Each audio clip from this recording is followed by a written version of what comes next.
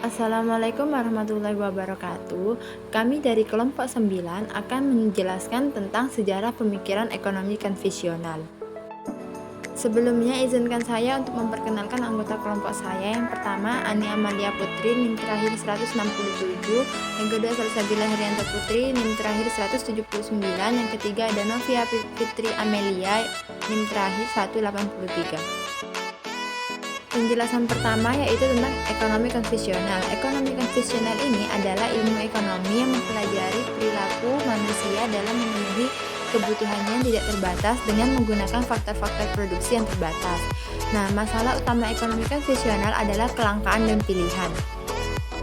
Selanjutnya, tahapan perkembangan mazhab atau aliran pemikiran ekonomi konvensional. Yang pertama ada masa praklasik, yang kedua ada masa klasik, yang ketiga ada mazhab sosialis, yang keempat ada mazhab neoklasik atau marginalis, yang kelima ada mazhab historis, dan yang keenam ada mazhab institusional, dan selanjutnya ada mazhab Keynesian, dan yang terakhir ada mazhab Chicago atau moneteris. Yang pertama ada masa praklasik. Masa praklasik terbagi menjadi 4 aliran. Yang pertama ada masa Yunani kuno. Tokoh ekonomi pada zaman Yunani kuno antara lain ada Plato pada tahun 427 sebelum Masehi sampai 347 sebelum Masehi. Pemikiran ekonomi menurut Plato yaitu tentang keadilan dalam sebuah negara ideal. Kata Plato, dalam sebuah negara ideal kemajuan tergantung pada pembagian kerja. Selanjutnya ada Aristoteles pada tahun 384 sebelum Masehi sampai 322 sebelum Masehi. Pemikiran ekonomi menurut beliau yaitu ekonomi merupakan suatu bidang tersendiri yang pembahasannya harus dipisahkan dengan bidang lain. Dan yang terakhir ada Xenophon pada tahun 440 sebelum Masehi sampai 355 sebelum Masehi. Pemikirannya beliau merupakan negara Athena mempunyai beberapa kelebihan yang dapat dimanfaatkan untuk meningkatkan pendapatan negara. Yang kedua ada masa skolastik. Tokoh ekonomi pada zaman skolastik antara lain Magnus pada tahun 1206 sampai 1280. Beliau berpendapat bahwa negara suatu barang seharusnya sama dengan biaya dan tenaga yang dikorbankan untuk menciptakan barang tersebut. Selanjutnya ada T. Aquinas pada tahun 1255 sampai 1274. Beliau berpendapat bahwa memungut bunga dari uang yang dipinjamkan adalah tidak adil karena sama saja dengan menjual sesuatu yang sebenarnya tidak ada.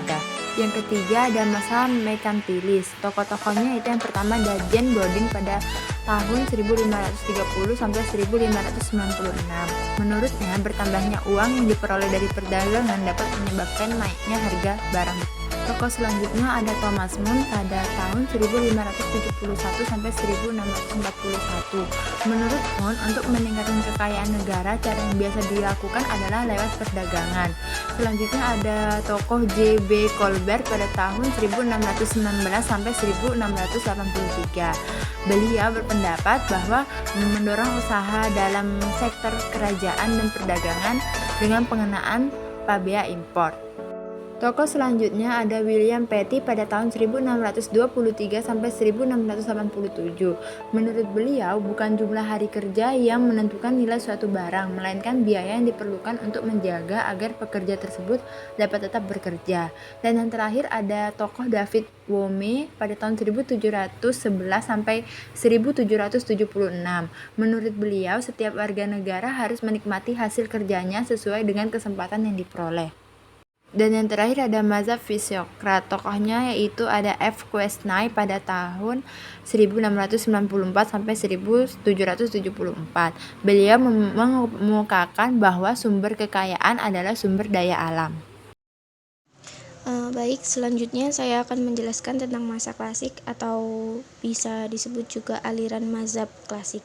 Tokoh-tokoh pada masa klasik ini adalah pertama Adam Smith. Beliau lahir pada tahun 1723 sampai wafat pada tahun 1790. Pemikiran ekonomi menurut Adam Smith adalah bahwa pada hakikatnya manusia rakus, egoistis, dan selalu mementingkan diri sendiri. Tokoh yang kedua yaitu T.R. Malthus. Beliau lahir pada tahun 1766 dan wafat pada tahun 1834. Kelahiran menurut pemikiran ekonomi, menurut beliau, kelahiran yang tidak terkontrol menyebabkan penduduk bertambah menurut deret ukur, padahal persediaan bahan makanan bertambah secara deret hukum.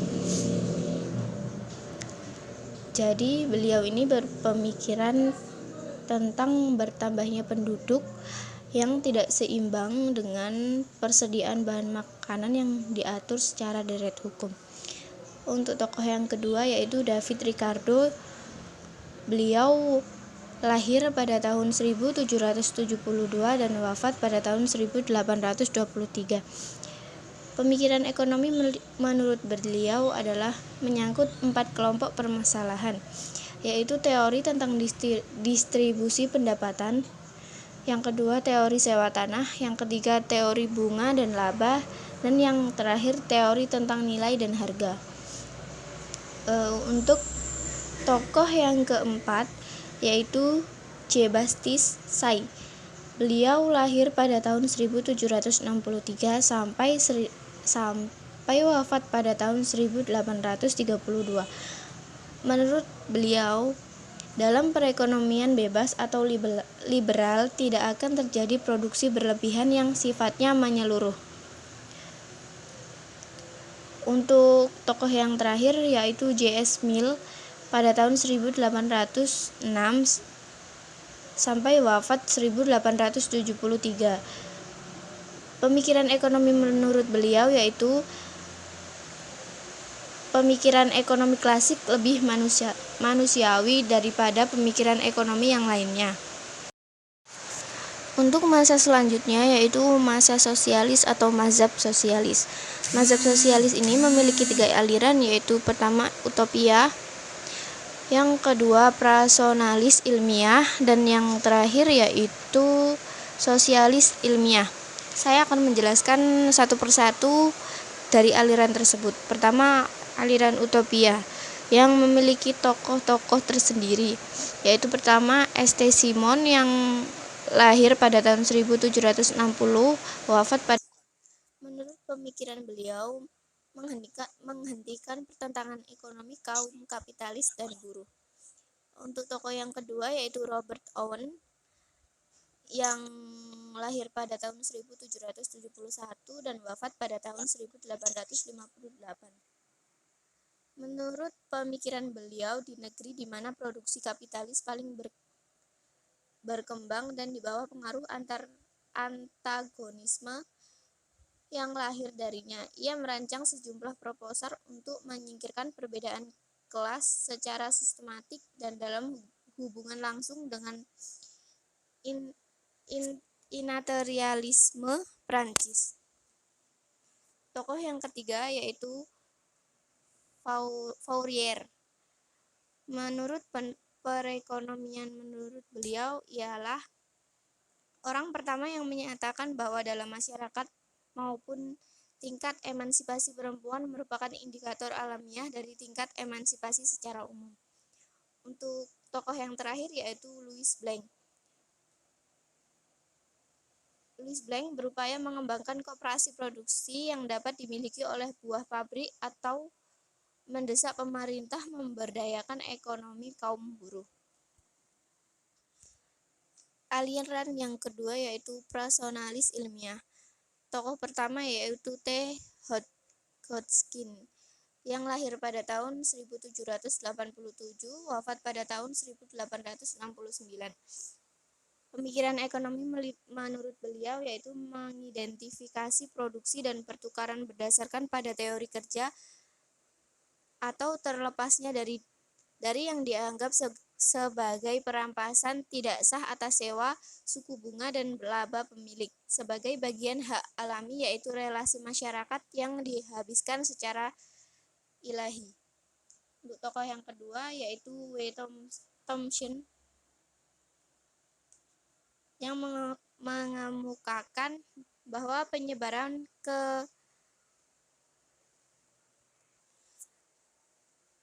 kekuasaan yang mencegah satu pelaku mendominasi sebuah pelaku adalah inti dari The Federalist Papers. pemikiran yang masih berlaku dalam hubungan internasional meski teknologi, ideologi, dan ikatan ekonomi terus berubah. Tokoh yang ketiga yaitu John Gray. Menurut beliau, manusia adalah spesies rakus yang tindakannya kerap merusak dan memusnahkan bentuk-bentuk kehidupan. Untuk tokoh yang terakhir yaitu Proudhon, berpendapat bahwa manusia dalam hakikatnya terlahir sebagai individu yang bebas dan mempunyai hak-hak asasi tertentu. Ia juga mempunyai intelektual dan sosial menuju ke tingkat yang lebih tinggi, haus dan tidak dibatasi dengan umur-umur abstrak. Aliran yang ketiga yaitu sosialis ilmiah. Aliran ini hanya terdapat satu tokoh yaitu Karl Marx. Menurut beliau, mengajak kaum buruh untuk bersatu dan mengganti sistem ekonomi kapitalisme dengan yang lebih menjamin pemerataan untuk semua.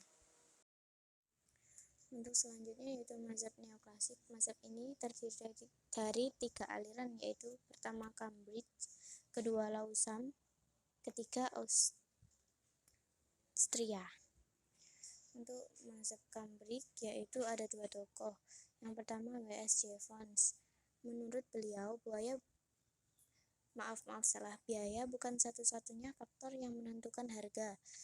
Yang paling menentukan harga tersebut yaitu sesuai dengan teori utilitas marginal adalah utilitas yang diterima dari pengonsumsian 1 unit terakhir dari barang tersebut.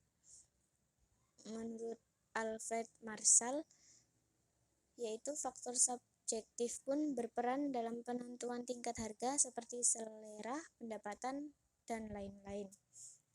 Untuk aliran yang kedua yaitu Lausanne. Tokoh yang pertama Leon Warlas. Menurut beliau, pendiri dan pengembang ilmu ekonomi dan matematika yang mampu memberikan kisi yang lebih jelas tentang independensi bagian-bagian ekonomi ini dengan gamblang dengan model keseimbangan umumnya. Untuk yang kedua, Alfredo Pareto. Suatu pemikiran ekonomi menurut beliau yaitu pengalokasian sejumlah sumber yang disebut efisien jika dalam suatu relokasi tidak ada seorang individu pun yang dapat memperoleh kesejahteraan tanpa mengurangi kesejahteraan orang atau individu lain. Untuk tokoh yang ketiga yaitu F.V. Edgeworth. Menurut beliau, merumuskan kurva indiferensi utility theory dan Edgeworth box yang banyak digunakan oleh para akademik ekonomi mikro. Aliran yang terakhir yaitu Austria. Tokoh pertama Karl Menger. Menger mengembangkan teori utilitas marginal yang ternyata membawa pengaruh yang sangat besar dalam pengembangan teori ekonomi. Tokoh yang kedua yaitu E. Baumgart memutuskan teori tentang modal theory of capital dan teori tentang tingkat suku bunga. Tokoh yang terakhir yaitu Friedrich Weiser. Friedrich Weiser sangat berjasa dalam pengembangan teori utilitas marginal manager dengan menambahkan formulasi biaya oportunitas. Aliran pemikir selanjutnya yaitu ada mazhab historis. Ada 4 tokoh pemikir dalam aliran tersebut, yaitu diantaranya yang pertama yaitu ada Friedrich List pada tahun 1789 sampai 1846. Salah satu pemikirannya yaitu ada Friedrich memberikan 5 fase sebagai syarat pertumbuhan ekonomi, yaitu 1. Fase primitif, 2. Fase beternak, 3. Fase pertanian, 4. Fase industri pengolahan, dan yang terakhir ada fase pertanian, industri pengolahan, dan perdagangan. Tokoh selanjutnya yaitu ada B. Hildebrand pada tahun 1812 sampai 1878. Salah satu pemikirannya yaitu pertumbuhan ekonomi bukan didasarkan pada cara produksi ataupun cara konsumsi, tetapi pada cara distribusi yang digunakan. Oleh karena itu, ia mengemukakan 3 sistem distribusi. 1. Perekonomian barter, 2. Perekonomian uang, dan yang ketiga yaitu perekonomian kredit. Tokoh pemikir yang ketiga yaitu ada Karl Bacher pada tahun 1847 sampai 1930. Salah satu pemikirannya yaitu Karl Bacher membagi pertumbuhan ekonomi menjadi 3 tahap. Yang pertama yaitu produksi untuk kebutuhan diri sendiri, 2. Perekonomian kota saat pertukaran sudah meluas, dan yang ketiga yaitu perekonomian nasional saat peranan pedagang semakin penting. Tokoh pemikir yang terakhir yaitu ada Rostow pada tahun 1916 sampai 2003.